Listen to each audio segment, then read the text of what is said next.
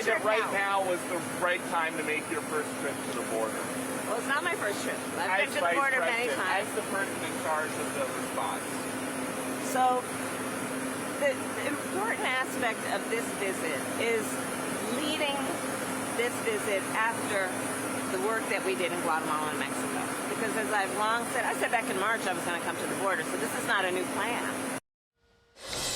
And that, of course, Vice President Kamala Harris speaking with White House senior correspondent Peter Doocy during the one and only trip. She went to the southern border as VP back in 2021, not disputing that she's the person in charge to stem the tide of illegal immigration. But the media is getting in line with the new Democrat talking points, trying to rewrite history. Here's Axios this week. Reporter Steph Knight says the Trump campaign and Republicans are tagging Harris with the title of border czar, which Knight claims Harris never actually had.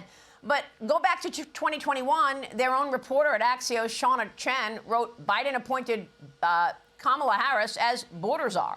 Axios is now walking back that report, saying, oh, they incorrectly labeled Harris the border czar in the first place. Joining me now is Texas Attorney General Ken Paxton.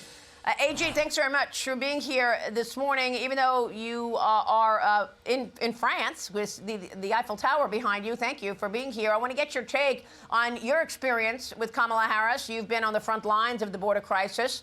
She says she was never in charge of overseeing the border. Your reaction? Look, she's going to run from every policy of the Biden administration she can because they're all failed. They purposely set this up so that illegals could come. They announced the first day of his administration that they were not going to deport people, and they just let the cartels bring as many people here. They helped them. They did the logistics for them. They moved them around the country, and their purpose was getting as many illegals in this country, and they were successful. So for her to say that she didn't have any responsibility, whatever her title was, she is the Vice President of the United States. We know that.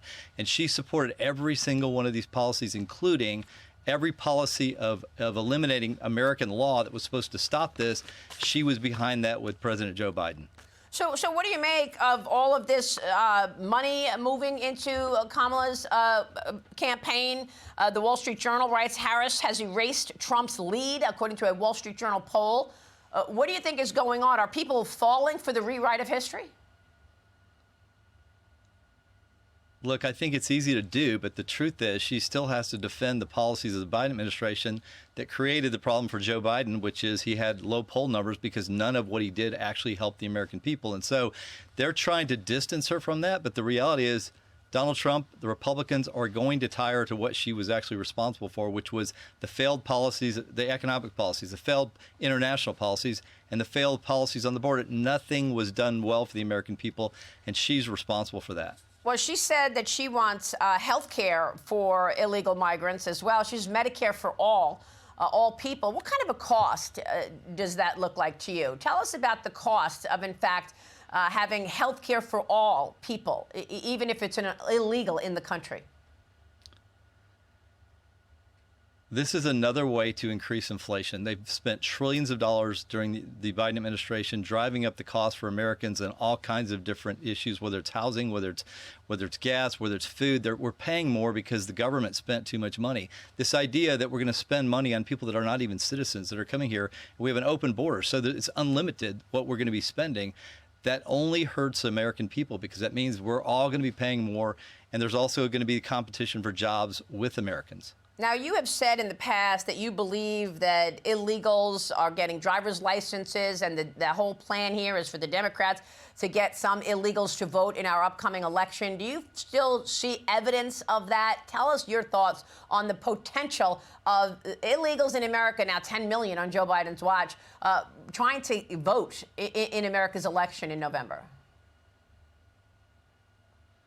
Look, I have no doubt. I watched what they did in the last election with mail-in ballots. I stopped it in my state. I'm so glad that Florida has their act together, but very few states are prepared for this because only 3 states have laws that require proof of citizenship. So all the federal government has to do, look, they've gotten them here. They know where these people are. They've given them phones. They've moved them around to the states they want them in.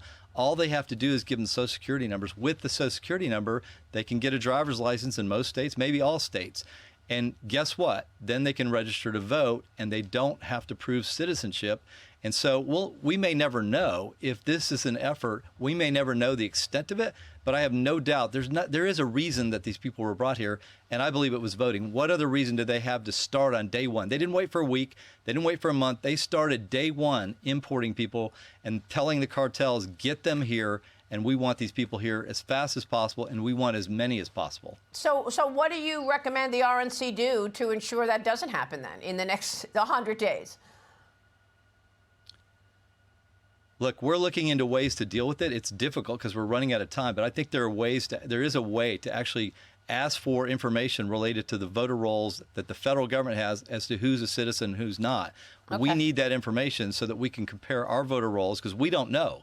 That's our only way of knowing, is if the federal government will cooperate and give us that information.